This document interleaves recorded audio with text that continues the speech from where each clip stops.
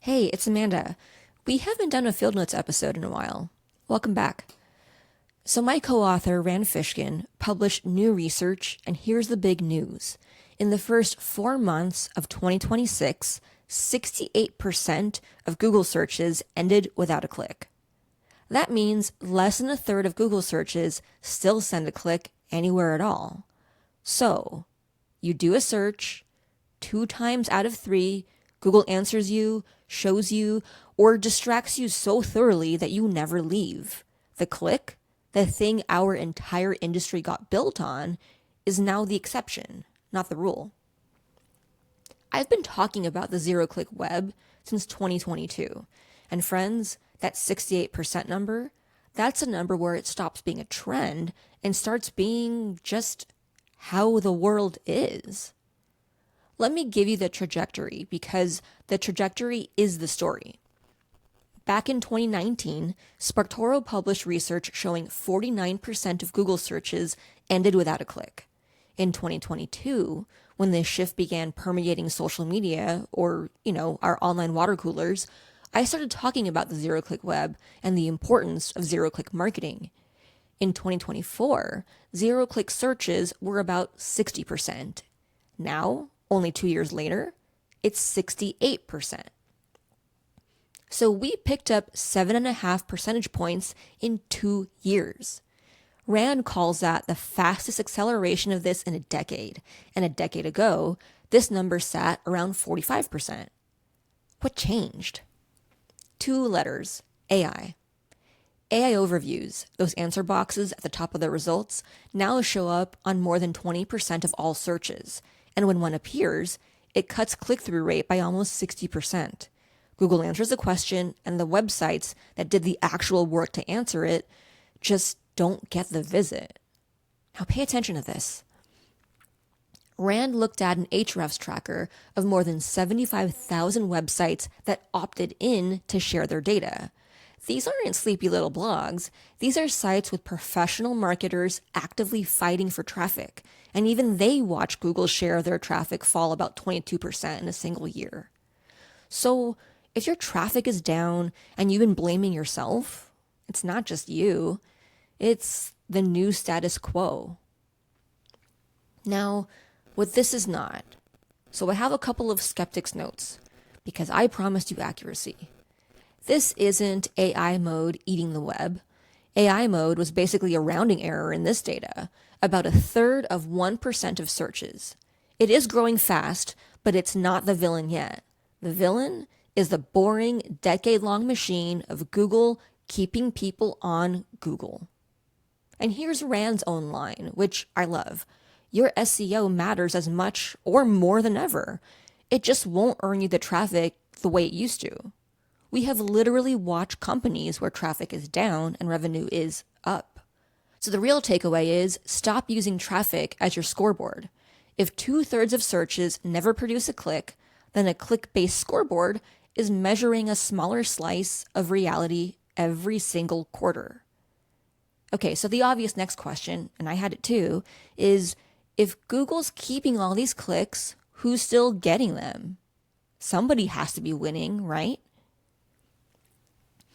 Our friend Cyrus Shepard over at Zippy did the homework on exactly this. He analyzed more than 400 winning and losing websites, and he found 5 features that strongly predicted whether a site was growing or shrinking in Google. I'll give you the 2 that really stuck with me. Number 1, the site offers a product or service. 70% of the winners did. Only about a third of the losers did. Number 2, the site that lets you actually complete a task. Almost 84% of winners versus half of the losers. And task doesn't only mean buy something. It means you can do the thing you came to do. Run the calculator, check the lottery ticket, practice a math problem on that tutoring site, or book an appointment. The losers? News sites, pure information sites, affiliate sites, places that tell you something and then send you somewhere else to actually do it. Cyrus has this line that's basically the whole ballgame. Google has moved beyond rewarding good content to rewarding what AI cannot replicate. And the kicker, these features are additive. Having just one of them barely helps. Your win rate's about 15%. But sites with 4 or 5 of these qualities won around 68 to 70% of the time. So that old playbook, find a high volume keyword, write the best blog post for it, rank, collect the traffic, that's the playbook that's losing. You don't win anymore by answering the question. You win by being the place where someone finishes the job. Cyrus calls it owning the next step of the user journey. Build a destination, not the doorway. All right, stay with me here because most people think of this next part backwards. The loud take right now is AI is inevitable, so just surrender to it. Don't get left behind. I don't buy it. Inevitable is just a prediction, and predictions can be wrong. Instead, think of the principle, and the principle, I think, is optimize for the machines that serve people. The inevitable crowd is making a bet on a specific technology winning, and if the bubble bursts, that bet looks oversized or wrong. The truth is, discovery has been machine-mediated since Google launched in 1998. SEO has always been optimizing for a machine that serves people. AI is just the most capable version of that machine we've ever had. And here's the other thing. Most people aren't choosing to use AI. They have no idea they are. They open Google. They open Amazon. That's household technology, but those are AI powered now, deciding what they see and what gets recommended. Nobody opted in for that. It's already been sitting between you and your customer. When people do knowingly reach for AI, here's what happens.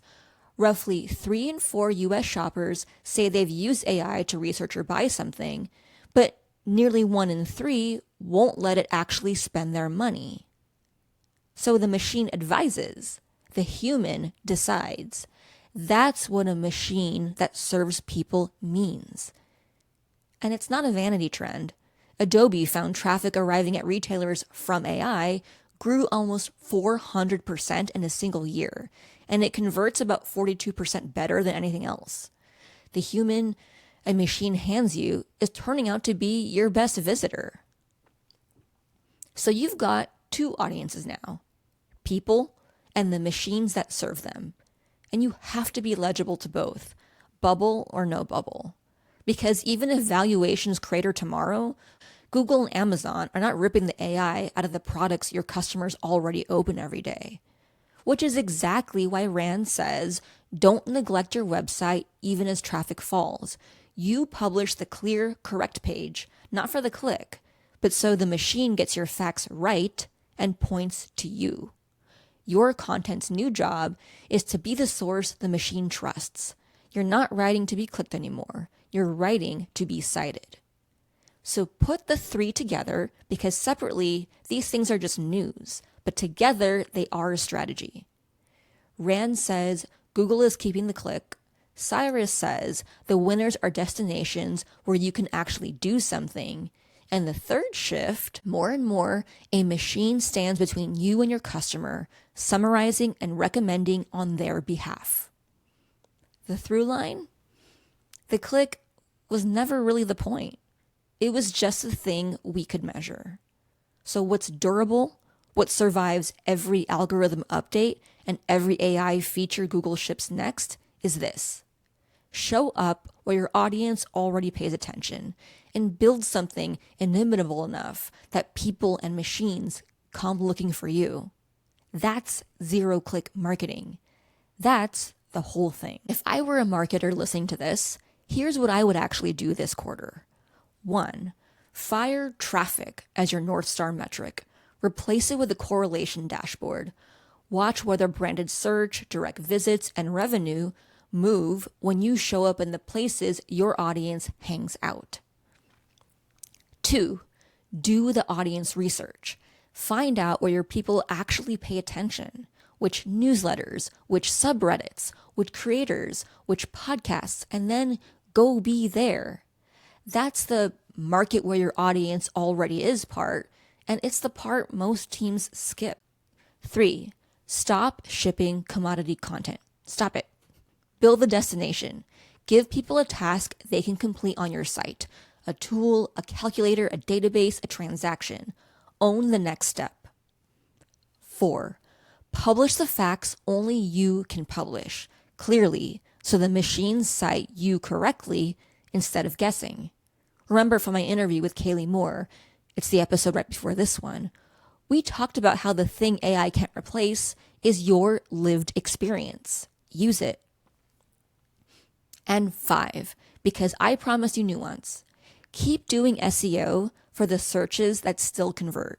Your branded terms, local intent, high intent transactional queries, that traffic is still there. Go get it. That's the field note. Rand's research and Cyrus's study are both free and both worth your time. I've linked to them in the show notes. Big thanks to Rand Fishkin and Cyrus Shepard, some of the people who do the audience research that makes all of this make sense. The click is becoming optional. Your influence doesn't have to be. I'll see you next week on Zero Click Marketing. Oh, and by the way, buy our book. The Zero Click Marketing book is still available for pre-order. You'll get a SparkToro credit, Alert Mouse discount, and a seat at Zero Click Marketing School. No, it's called Zero Click Summer School. Anyway, it's too late to edit this. Bye, friends.